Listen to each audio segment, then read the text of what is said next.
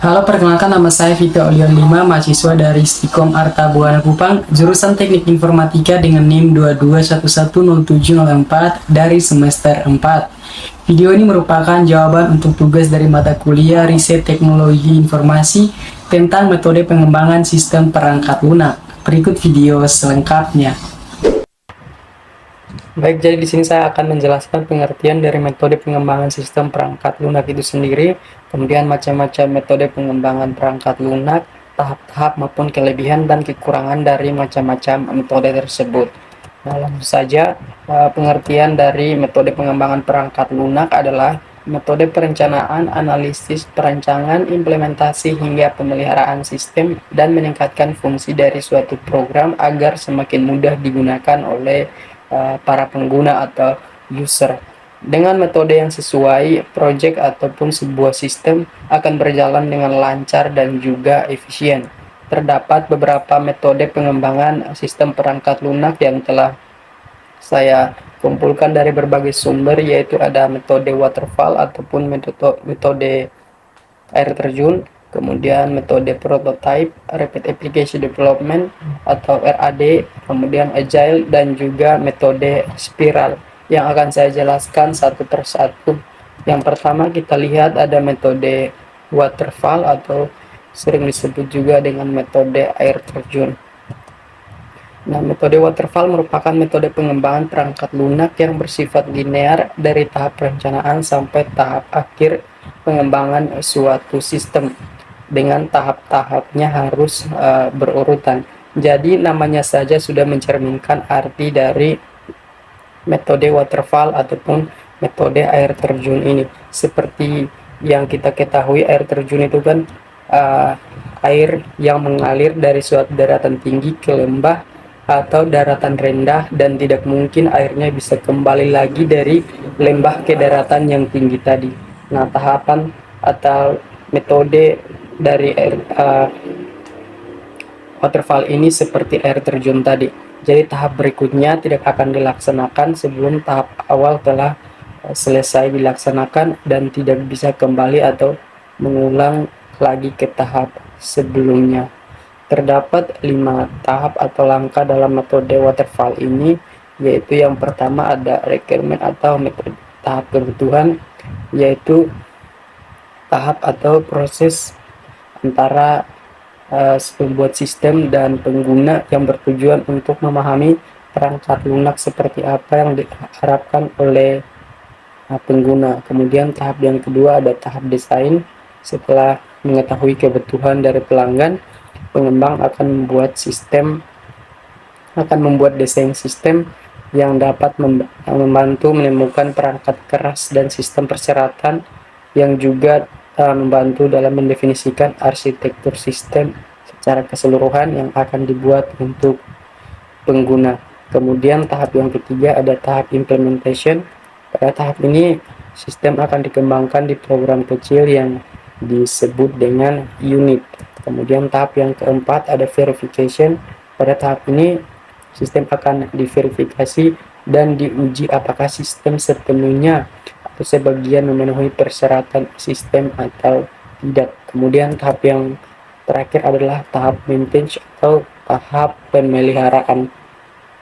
Pada tahap ini perangkat lunak yang sudah jadi akan dijalankan serta adanya pemeliharaan. Kemudian kita masuk pada kelebihan dan kekurangan dari metode waterfall ini. Terdapat beberapa kelebihan, yaitu yang pertama kualitas dari sistem yang dihasilkan akan baik karena pelaksanaannya dilakukan secara bertahap ataupun berurutan. Kemudian kelebihan yang kedua, meminimalis kesalahan yang mungkin saja akan terjadi. Lalu kelebihan yang ketiga adalah dokumen pengembang sistem sangat terorganisir atau tersusun dengan baik. Kemudian ada juga kekurangan dari metode ini, yaitu yang pertama waktu pengembangnya lama dan biayanya juga mahal, karena itu tadi prosesnya benar-benar teliti dari tahap pertama sampai tahap akhir atau selesai. Kemudian kekurangan yang kedua, diperlukan sesuatu manajemen yang sangat baik. Kemudian Kekurangan yang ketiga, kesalahan kecil saja akan menjadi masalah besar jika tidak diketahui sejak awal pembuatan sistem. Kemudian kita masuk pada metode yang kedua, yaitu metode prototype. Metode prototype merupakan metode yang digunakan untuk mengumpulkan informasi tertentu mengenai kebutuhan-kebutuhan informasi pengguna secara cepat. Prototype yang dihasilkan akan dievaluasi agar mengetahui sistem seperti apa yang akan dibuat untuk pengguna atau user. Kemudian kita lihat kelebihan dan kekurangan dari metode ini. Terdapat beberapa kelebihan, yaitu yang pertama, pelanggan berpartisipasi aktif dalam pengembangan sistem ini, sehingga hasil produk pengembangan akan semakin mudah disesuaikan dengan keinginan dan kebutuhan dari user atau pengguna. Kemudian kelebihan yang kedua adalah kebutuhan pelanggan lebih mudah untuk diwujudkan. Kemudian kelebihan yang ketiga, mempersingkat waktu pengembangan produk atau perangkat lunak yang dibuat. Lalu ada juga kekurangannya, yaitu yang pertama, proses analisis dan perancangannya terlalu singkat. Kemudian yang kedua, kurang fleksibel dalam menghadapi perubahan jika saja ada perubahan yang ingin dilakukan. Kemudian kekurangan yang ketiga, yaitu kurangnya kualitas dan pemeliharaan sistem dalam jangka waktu yang panjang. Selanjutnya kita masuk dalam metode yang ketiga, yaitu Rapid Application Development atau RAD. Rapid Application Development adalah model atau proses pengembangan perangkat lunak yang meningkatkan siklus perkembangan yang sangat pendek. Tujuan dari metode ini adalah untuk mempersingkat waktu yang biasanya diperlukan dalam siklus hidup perkembangan sistem tradisional antara perencanaan dan penerapan suatu sistem informasi. Kemudian ada beberapa tahap yang dimiliki oleh metode ini, yaitu yang pertama ada requirement planning atau rencana kebutuhan. Ini merupakan tahap di mana user atau pengguna dan analis atau pembuat sistem akan melakukan pertemuan untuk mengidentifikasi tujuan dari sistem dan kebutuhan informasi untuk mencapai tujuan tersebut. Kemudian proses atau tahap yang kedua, yaitu proses desain. Nah, setelah mendapat informasi dan adanya kesepakatan dari kedua pihak, akan dilakukan dengan proses desain sistem yang juga memerlukan keaktifan dari user untuk melakukan perbaikan-perbaikan apabila masih terdapat ketidaksesuaian desain antara user dan juga analis. Kemudian tahap yang terakhir adalah implementation. Pada tahap ini seorang programmer akan mengembangkan desain suatu program yang telah disetujui oleh user dan juga analis sebelumnya.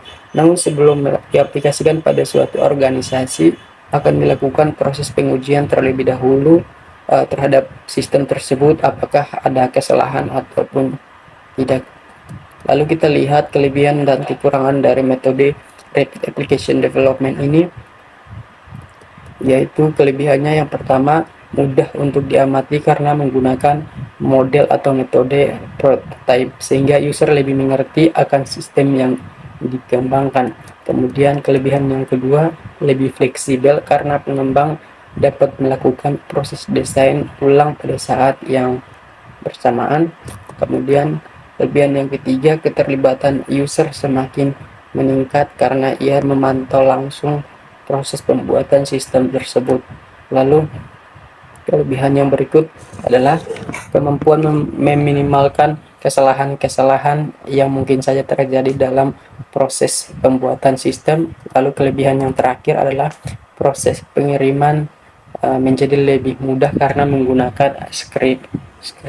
Selain itu ada juga kekurangan dari metode ini, yaitu yang pertama, kesulitan melakukan pengukuran mengenai kemajuan proses pengembangannya. Lalu ada juga ketelitian menjadi berkurang karena tidak menggunakan metode yang formal atau metode yang resmi dalam melakukan pengkodean ataupun coding. Kemudian kekurangan yang ketiga, lebih banyak terjadi kesalahan apabila hanya menggunakan kecepatan dibandingkan dengan biaya dan juga kualitas yang akan didapatkan. Lalu metode yang keempat kita lihat ada metode agile. Metode ini dikembangkan untuk menangani permasalahan mengenai permintaan perubahan pada sistem oleh user ataupun pelanggan. Permasalahannya biasa mengenai biaya pengembangan yang besar dan kurangnya efisien waktu ketika mengembangkan sebuah sistem ataupun proyek.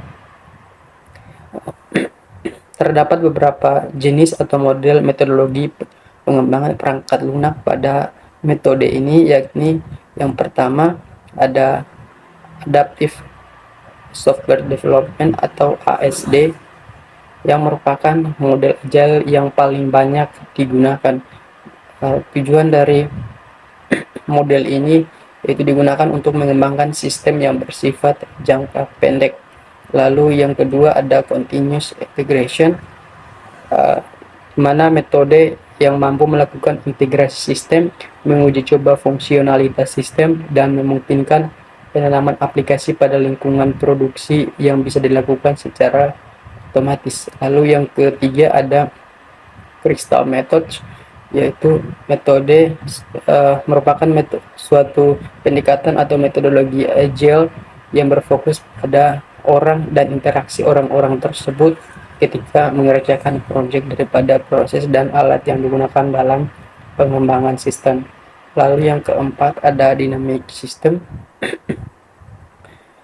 merupakan pendekatan interaktif dan inkremental yang mengutamakan keterlibatan user ataupun pelanggan. Lalu yang kelima ada Extreme Programming. Metode ini juga merupakan yang paling sering digunakan selain model yang pertama, karena menggunakan pendekatan yang berorientasi pada objek serta sasarannya, yakni tim dengan skala kecil sampai sedang ataupun medium. Kemudian model yang terakhir ada Feature Driven Development. Sama seperti metodologi agile lainnya, metode ini berfokus pada kerjasama tim, pengelola permasalahan, kompleksitas dari proyek yang dibangun, serta komunikasi antar tim. Kemudian kita lihat metode pengembangan sistem yang terakhir, yaitu adalah metode spiral. Metode spiral merupakan penggabungan dari metode prototyping dan juga metode waterfall yang telah saya jelaskan sebelumnya, dan berfokus pada analisa risiko dari setiap tahap-tahapnya. Dalam metode spiral ini terdapat beberapa tahap, yaitu yang pertama ada tahap listen. Pada tahap ini komunikasi antara pihak-pihak yang terlibat dalam pengembangan software seperti sistem analis dengan pelanggan atau user. Tujuannya telah memperbaiki dan mengembang software sesuai kebutuhan dan keinginan sehingga memuaskan atau sesuai dengan keinginan dari pelanggan. Kemudian yang kedua ada tahap planning, di mana ini meliputi estimasi biaya yang digunakan, batasan waktu, kemudian pengaturan jadwal, identifikasi lingkungan kerja, dan juga sumber-sumber informasi untuk melakukan iterasi atau teknik perpulangan. Kemudian yang ketiga ada tahap analisis risiko. Tahap ini berfungsi untuk mengidentifikasi risiko yang berpotensi akan terjadi dan menghasilkan solusi alternatif secara teknis dan manajemen saat strategi upaya untuk mengurangi risiko yang direncanakan dan yang akan diselesaikan. Lalu tahap yang keempat ada tahap rekayasa atau engineering. Pada tahap rekayasa ini akan dilakukan beberapa kegiatan, yakni menguji, coding, dan mengembangkan software, menginstal software, membuat prototipe, mendesain dokumen, serta meringkas suatu pengujian software, dan membuat laporan atas kekurangan dari software agar segera diperbaiki. Lalu tahap yang kelima atau tahap terakhir yaitu tahap evaluasi.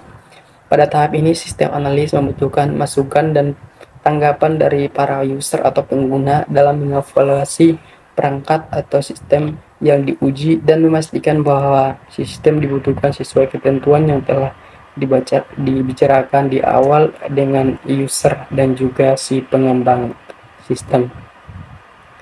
Sekian video dari saya, semoga video ini benar-benar menjelaskan apa maksud dari pertanyaan-pertanyaan tersebut. Sekian dan terima kasih.